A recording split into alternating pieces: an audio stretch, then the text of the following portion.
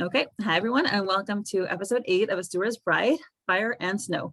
Today we have Priya and Kim, and they will say hi. Hi. Hi, guys.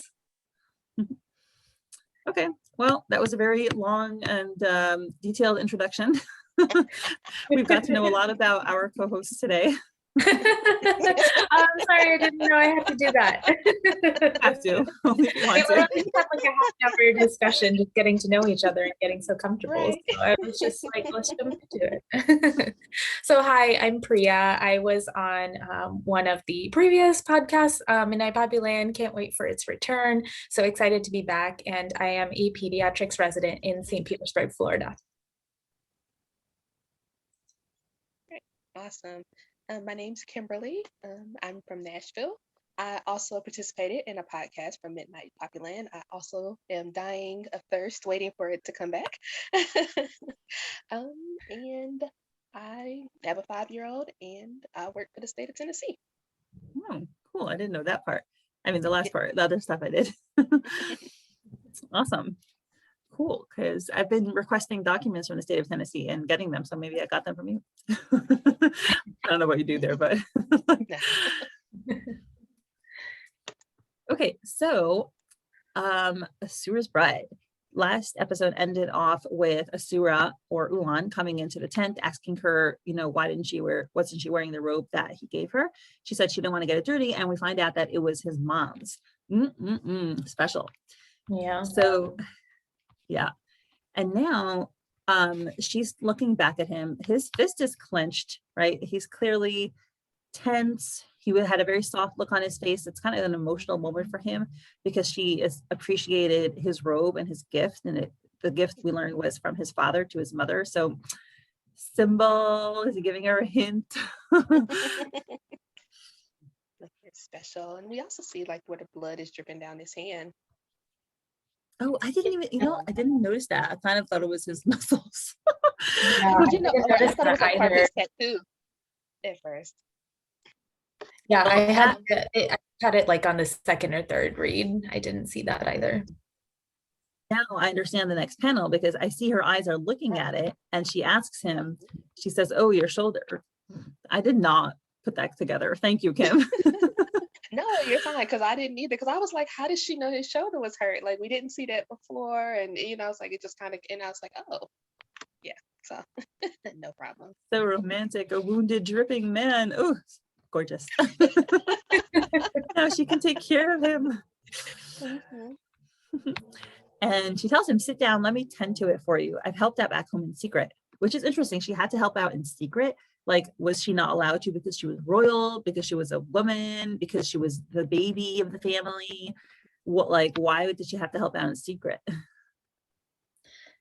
Yeah, I was wondering the same thing. I know my dear cold-blooded king has come up a few times before this and the similarities, but 𝗙𝗲𝗄𝗵, one of the main character, kind of serves in this similar role. And she was actually like intentionally trained as a physician, or kind of sub-intentionally.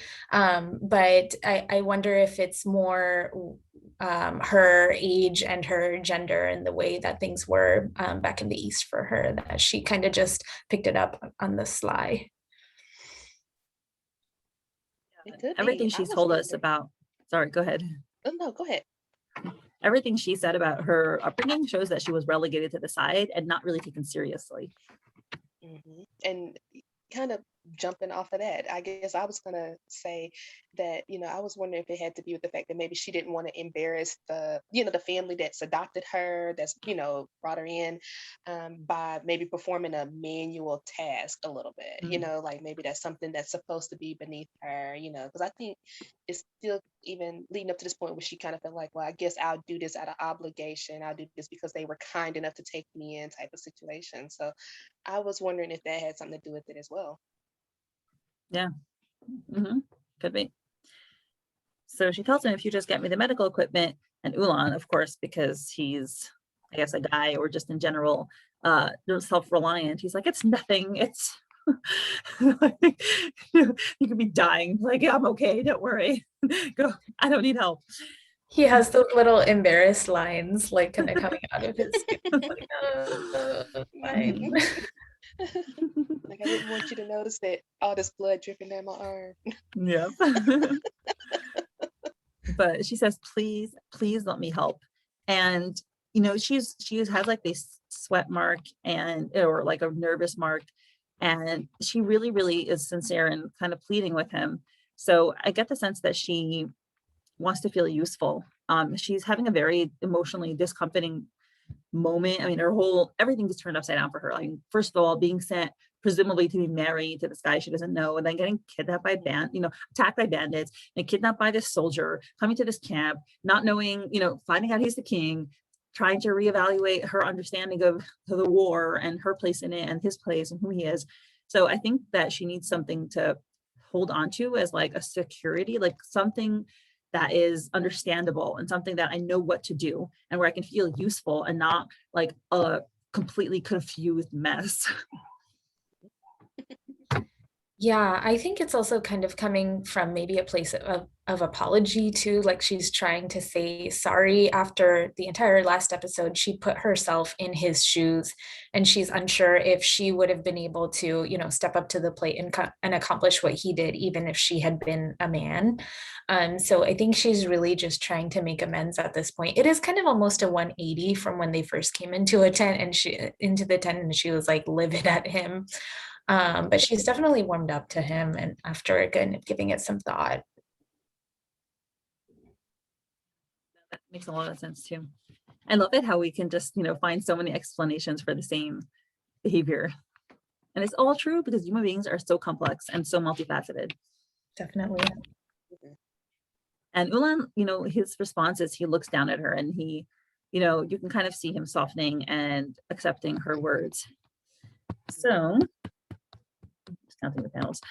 Okay, so now we have this beautiful image of a sky, a starry night.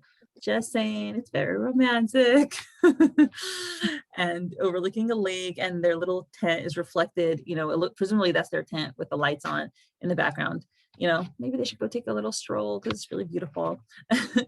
And Ulaan says, or she says, bandages, needles, thread, hot water. Good thing they bought everything. Wait, are they carrying? Is that a bathtub? And he's like, mm-hmm. And she's like, just one. The nervousness already. And he says, there's a snowstorm brewing, and you see two servants or something going out of the tent, which, by the way, now it's not just a tent. It looks like it's a reinforced wooden structure. I don't know if it's the same place as before. They're like, come on, we got to hurry before the storm hits. Heard it's going to be a big one. And he says, I don't want my troops to make more trips to fetch water. You wanted a bath, didn't you? And she's like sweating bullets. She's like, yes, but not here and not with you. And meanwhile, she's stitching his shoulder. And she's like, stop moving or I'll make a wrong stitch. And just saying, he's on a bench, his shirt is off. She's hanging over his shoulder, stitching him up. Quite gross, quite naked. If abs could kill, I would be dead. And he's like doing like an upright crunch. He's like flexing them too. It's just like all like right there. Flexing them, she's not even seeing it. She's in back and he's still doing it. Too bad. Right. She's like, you know what? I have to stay focused on this stitch. That's all I can focus on at this point. Do not let me get distracted. Except for his back is probably amazing too, so that it does not help. At all. Yeah, she comments that's on probably it. why she has those bullet sweat that she's sweating. Like, because that would be me. Like, oh my god, my hand will also be shaking. So if it was my hand drawn, you would see like the little tremors around it, like The little shake lines. uh-huh. I have to tell you this funny story. So, when my son who's now 8, when he was 4, he was in a very, very bad accident. Like he was like almost dead. And after the accident, like I didn't quite know what happened at first. That I was just told that he like broke a leg or something, and I was like not nervous. But anyway, after he was like, being scanned in an MRI, and like every like team of doctors came out to tell me different parts that were wrong with him, and like, okay, this is broken, and that's broken, and this broken, and this needs surgery, and this whatever. And then the most serious part was his iliac vein was opened up. But anyway, what I remember distinctly is I don't remember which doctor this was, because one of the doctors came out and he was drop dead gorgeous. And I was like, you know, I am simultaneously capable of knowing that my son may die tonight and appreciating this beautiful doctor. So anyway, how it's related, I'm not quite sure, but it somehow is related to this. Again, the complexity of humans. That's what Being awed by beauty, basically, even in circumstances that are stressful. Well, I'm glad he's okay. Yeah, thank God he's completely fine. He just has some permanent, like, he had a plate and he took it out, and he just has some scars now. That's it. So amazing, thank God. So let's see, Priya, do you want to do the next set of panels?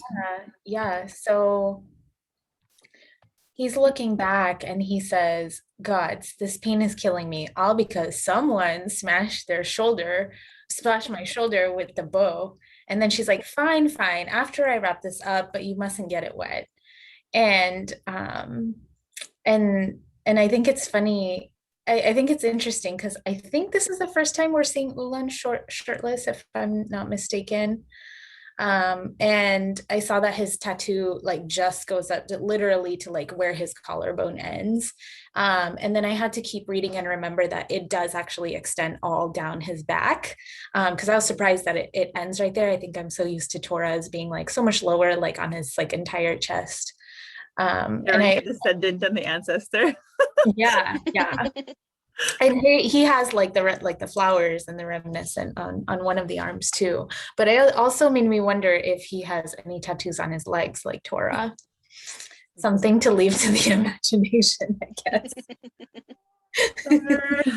I'm trying to remember on Patreon, because it's been a while since I've read Ulaan's Secret Garden stuff. I don't remember, but I don't know.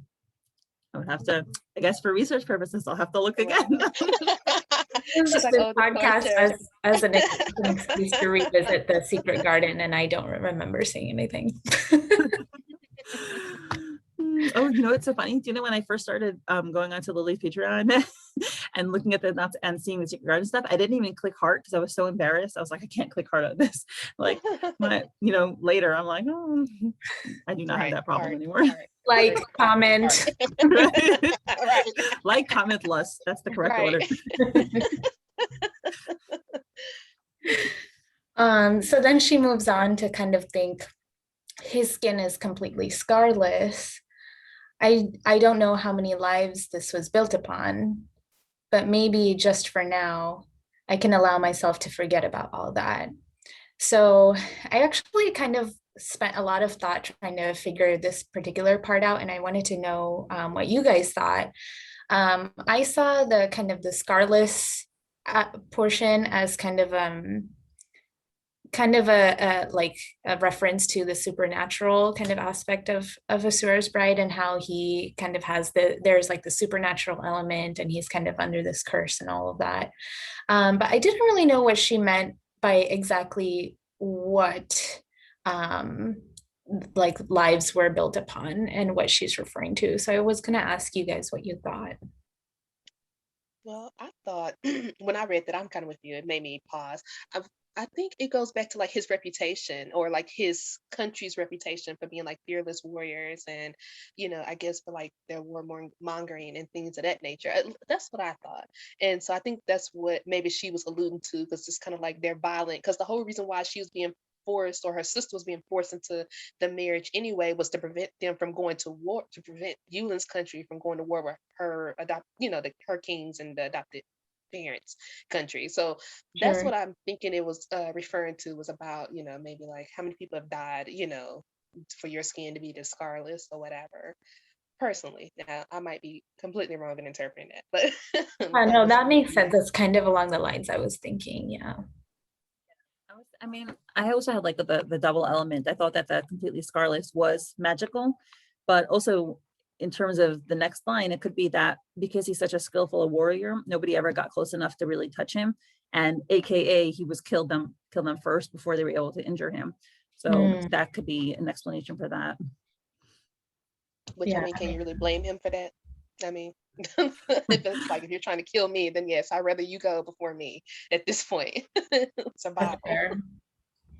Yeah. But I did like how she kind of was like at war with herself. Like she's like, I don't want to like him, but I like him. I guess to me, that's what I got from it. It's like, maybe I can just put it aside for tonight, or for right now, where he's being nice to me. And, I see a more human side of him. He's not that bad, so I was like, oh, that's so cute. You're at war with yourself with a war you're definitely gonna lose, but okay. Yeah, and she has a little blush on her face. Well, you get the sense that she's extremely overwhelmed. And, even though she literally just met Ulaan yesterday, I'm pretty sure, he is like a source of comfort. She does find it comforting to sit next to him. And like that scene is drawn so beautifully. They're both sitting on this bench with a fire, in front of them, and it's all cozy. You get the sense that, like, she's like, I want to relax and enjoy myself with him, even though, yeah, he's the enemy and I'm in this camp and who knows what's going to happen. He's still a source of comfort for her, which just shows me that they connected very, very well. They have that connection immediately. Yeah, exactly. I totally agree with all of that. Then he says, after you. And then she continues to think, because in this dark, quiet space by the light of the fire. And then she says, turn around. And you see into the water with the rose petals, which I'm like, who put those rose petals there? Ulaan had the water ordered to come delivered. So was this intentional, or are the rose petals just there just to fragrance the bath water? I don't know. It's a little suspicious. I think it's a combination. Who's the little Cupid there? Yeah. Right. I think it's a combination of things happening here. Yeah, seriously. And then she continues to think the problems of the world, the weight of the world all seem so far away. And I do really like that, like you were saying, Mindy, with the mood and just her ability to kind of at least remove herself, at least for the moment, from the worry of the East and for her family and all of that, just to really like lean into what she's truly feeling. Yeah. Do you think that maybe she felt a little guilt about liking him after his country supposedly threatened, her father's country? I do think the other one's the enemy. Yeah, it's like, now I'm falling for him. Is there something wrong with me? Right. Yeah, she's really taking a step back and kind of being like, I need to slow my roll and kind of just let everything sink in right now. Yeah, I think that makes 9 panels for me. So she continues thinking. She's like, I feel like kicking myself for not insisting on a separate tent. And then she's kind of like, but it's late and I feel safer in here with him than out there with anyone else. Aww. So once again, I know it's like she's still having these thoughts and conflicting thoughts with herself while she's in the tub holding herself though. I find it funny that she's having this this conflict in her head while she's already in the tub, and he's still in the tent. It's a bit too late now, right? right. You didn't want to we could have thought about this before we decided to hop in the tub, but Yeah. You know what? It's such a good sign that she feels safe with him. And I think like for me, when I met my husband, also just felt like safe. That's a big thing. I think a lot of people, when they find that special someone, it just feels safe. Yeah. So, and that's important, All right. So then, while she's still thinking, she's holding herself. We can know she's probably still deep in thought. Ulaan tells her, "I'm getting in now," and she turns around very quickly. Well, what now? Wait. And we see him, he's already sliding into the tub. as he tells her, relax, it's okay. In my culture, men and women share baths all the time. I'm wondering if it's like, really? Do they? Right. Is this just an excuse? Because I don't feel like this is okay. So I was suspicious too. So I actually looked it up. I did like the traditional onsen baths when I went to Japan a couple years ago with me and my girlfriends, and we all had to get completely naked in front of each other, like took our relationship to a whole new level, but it was separated between women and men. So I did look it up, and traditionally men and women did bathe together in onsens, but after the Meiji Restoration in the late 1800s, that separation started because that was like looked down upon and seen as inferior, that the two sexes bathed together. But communal baths were often viewed as like socially important because of because how the physical proximity brought emotional intimacy. So it like that definitely just seems like what Ulaan is going for. Like there's no way he's like doing all of this on accident. No, definitely I not. thought it was interesting. Right, and that was very interesting, Priya. Thank you for looking that up. Learned Yeah, something. yeah. It's interesting. I kind of did realize that in one of the secret gardens, there is like a bath scene and the men and women are different, but I was like, that's not American, right? I have never, I mean, I don't even like being in bathing suits in front of other people because it's too much. So, I mean, too little, more accurately. I wear like a t-shirt or something. Yeah.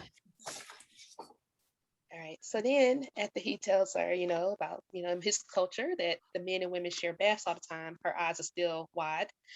And you can hear her heart beating. It's like, ba-dump, ba-dump. And then their next panel, we see they're just staring at each other in the tub. It's almost like they're having a showdown. I know. Ulaan has like a very challenging look in his eyes. Like, I dare you to be uncomfortable. I dare you to say, I'm not okay with this. Right. Or I dare you try to put me out this tub now that I'm already in. Like, probably a simpler explanation. Right. And we see later like he tries to get up, but it's like neither of them can get up because then they're just going to expose themselves. Right. Right. It's like, are you going to tell him to turn around now or what's going to happen? Yeah.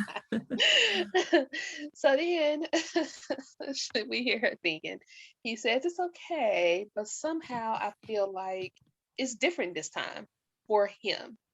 So, it's like, okay, like maybe she's starting to acknowledge, maybe she could tell from the way they're gazing at each other across the tub that maybe with the rose petals and things like that, that it is different, maybe this was supposed to be special if he wants to go that far and make a whole, explain it away to ease her fears and to put her at ease, I guess. Yeah, and I'm glad that she's perceptive enough to realize that and confident enough, because a lot of women say like, oh, he would never like me. Like I'm sure he's not attracted to me. I'm not good enough. But I'm glad she's able to say, hey, I think it is something special for him. Yeah, I agree. You said before that women can come and go as they please in my life. I don't care. And obviously it's different this time.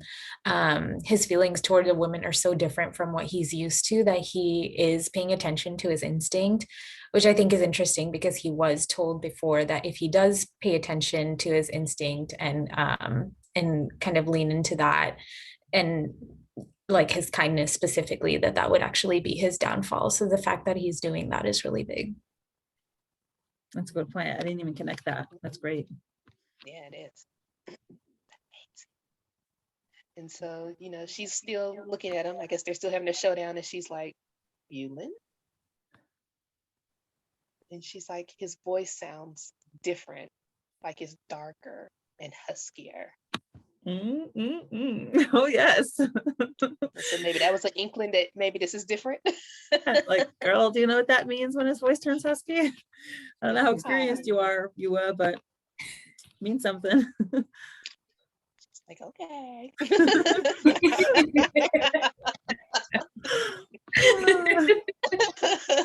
She's probably like, please let it be. Not, but I think that's what we would be thinking, but she's like, I don't know.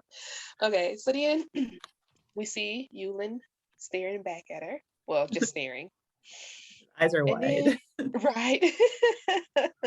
And then he states, I'm sorry. In this candlelight, you're beautiful.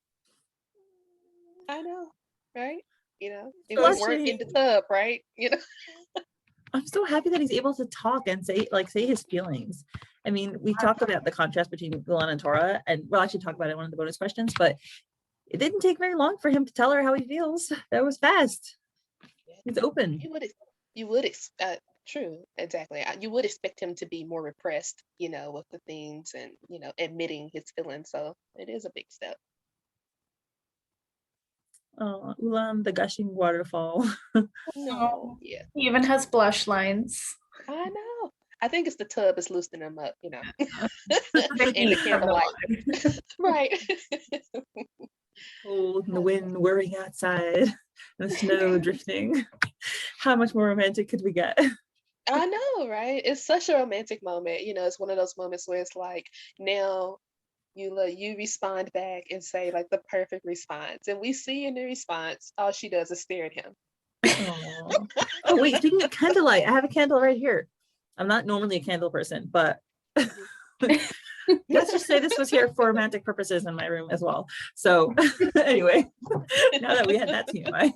Right. No, it's fine. She's like, we set in the mood, you know.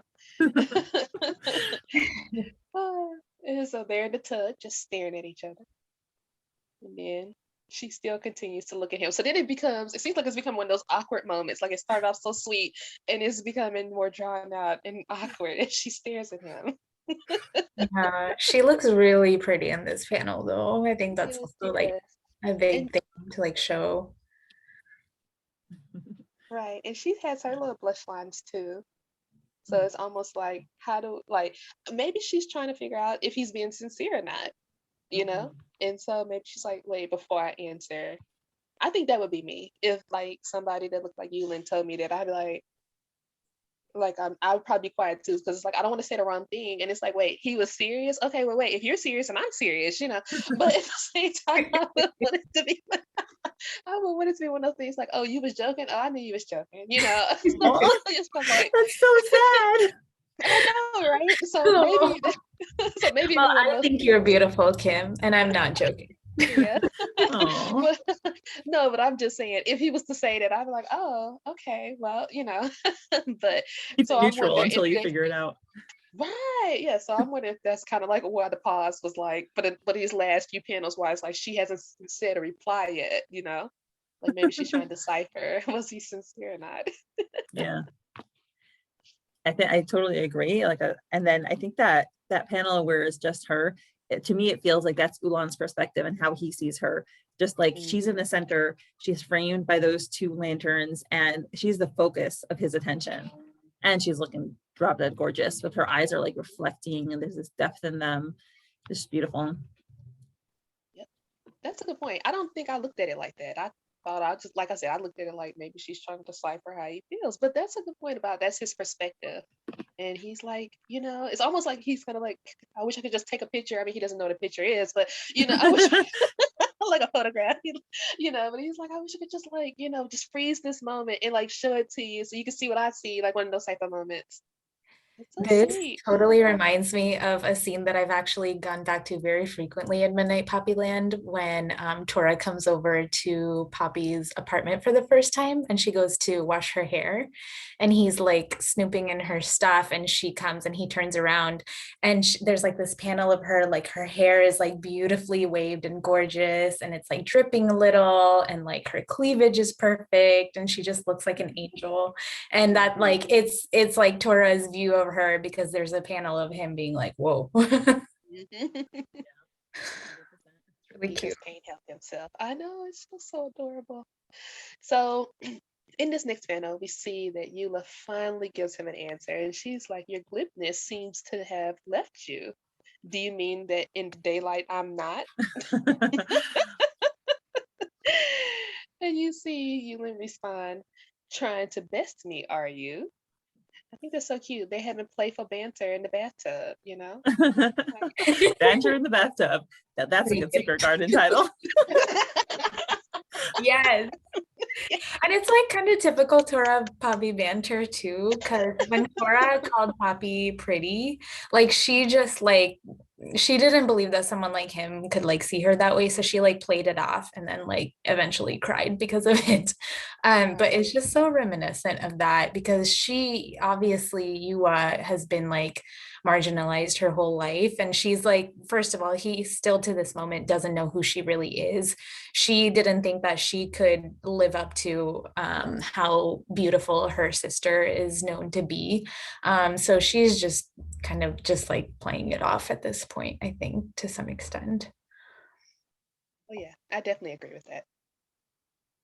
I think she's like trying to protect herself, you know. Yeah. Like, hey. Yeah, she has her guard up for sure. Like, oh, like, honey, it's no need to have it up. He's true. He's being very sincere. Yeah. And so, oh no. And so we see in the next panel where she's like, I wouldn't dare to, Your Majesty. It's cute. It's a nice, cute smile. It is. But she's still definitely teasing him, but you know. In the next scene, we see where he tells her, don't call me that. And she responds, well, why not? Isn't that who you are? And so he tells her, I don't know if you're taunting me or if you're serious, but knowing you, I'm guessing it's the second. And she said, well, maybe there's a third. I love the sassiness, you know. And so I love how he got closer to her. He like came in and now they're both leaning against the side of the tub and their elbows are touching. Right. Yeah. So this happened last time too. So 2 episodes ago, he calls her Your Majesty, but he's like yelling at her, and it's kind of a more intense situation. Or he calls her Your Highness, and she says, don't call me that. And then he kind of like immediately just like cools down, sits down, and calls her Eugen, like eye to eye. And that was filled with a lot more rage, but this time around it's just so much more light, and they're in like a completely different place now, literally and figuratively. Well, they're in the same place. They're just in an additional place in that first place, and that makes all the difference with less clothes also. Yeah, definitely. So they're like emotionally and literally naked, you know. I love that. Okay. So then I'm trying to figure out who said maybe. Oh no. So we see Yuwa, sorry. She states maybe. And she says, maybe I'm just teasing you. Oh no, maybe that was Ulaan who said maybe. What do you guys think? I don't know. Okay. I don't think we know. Okay. Probably Yuwa, because she's like, well, maybe there's a third. Maybe I'm just teasing you. Yeah. Not sure. Cool. Yeah. So she states, maybe I'm just teasing you. And she just looks at him. And she's Did like, you notice she's like higher up than she was before, I think? So you could just see a little bit more of her cleavage than you could before. A little bit of side boob there. yeah. Look, so she's teasing him in multiple ways, huh? She's like, I'm just going to discombobulate you on all levels. Okay, how about that? You won't be thinking any type of straight by the time I'm done with you. That's what she said. I know. Look, So I'm commentary like the entire time. I was kind of like, okay, what's the difference between taunting and teasing? Like, to me, they're both kind of synonyms. So when I looked it up, taunting is more provoking someone in an insulting manner, and then teasing is like joking, and in this case, maybe flirtatiously. So I guess it is a third separate thing in this case. Okay. Which is why I guess it would be important for her to make sure she distinguishes which one she's doing. So she's like, I don't want to offend you. I really am just teasing you, which is cute. Yeah. Which is once again, I guess, her like letting them know like what her intentions are. So she's like, if you're serious, then I'm serious, Okay. I like it. All right. So after she's told him that maybe she's just teasing him, then we see he's giving her the look. And you all know the look. So yeah, I'm curious. What do you think this look says? I think his look is saying, if you're serious, then I'm serious. If you're ready, I'm ready. Yeah. Looks like that to me too. It's the coming on look. Right. Also, his bandage magically ended up on his right shoulder. Oh my God, you're right. I was actually thinking, I was looking out for that shoulder getting in the water because she told him not to get it wet. And I was like, okay, it's still above water, still above water. But I'm like, I don't know how you take a bath without getting wet, but whatever. But like, yeah, that's funny. Right. And then plus, well, he is a magical creature, True. And then plus, I guess I was sitting there looking like, and you're probably just gonna fix it anyway, whatever. That's probably what he's thinking too. Like, you'll fix it anyway. If I mess it up, you'll be here for me. Yeah. Yeah. But I And do love then that look. I totally that's agree. It's like the coming on look, and it's like the completely focused on the other person. You can kind of like feel his heavy breathing and just tunnel vision. That's like the moment. right. So I can just imagine the two of them are just like having like eye contact, and it's like nobody blink or whatever. Yeah, it has to be a very like intense moment right now. It's like, what do we do? Do you lean in, or like it's one of those moments where it's like you only have two choices. So either we're gonna get closer, or we're gonna have to we're gonna break the magic. Mm-hmm. It's so sweet. It is. Tune in next week to find out what happens. I know, right? I mean, I can imagine because I didn't read Asura's Bride until after I got into NPL. So, once I saw that everyone was like, oh yeah, like it goes back to Asura's Bride, I was like, let me go and check this out. Yeah, I would have been like, this is such like the most illegal cliffhanger, ever. I Like, know. you would not just leave me hanging with him staring at her. What And happened? they got, reading the update, like we see that they got this after a while. They had to wait at least a month. We could probably just check out the dates, I guess. But but also this episode, this time was when Lily first launched her Not Safe for Work Patreon tier. Yeah, the Secret Garden. Oh, wow. I was like, that's appropriate, at least fulfilling the teaser a little bit. Yeah, so Right, actually, like, help me out.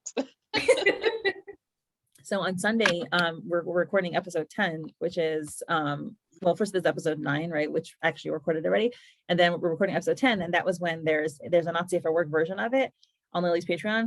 So for the bonus question, we asked Lily, and she said, "Please do. We're gonna record, like, do the Patreon, because it's only going on my Patreon anyway. And anyone who's a patron of me is pretty much a patron of her anyway. So yeah, so we're gonna analyze the Not Safe for Work stuff for the bonus content." Yeah, That's I'm so great. excited.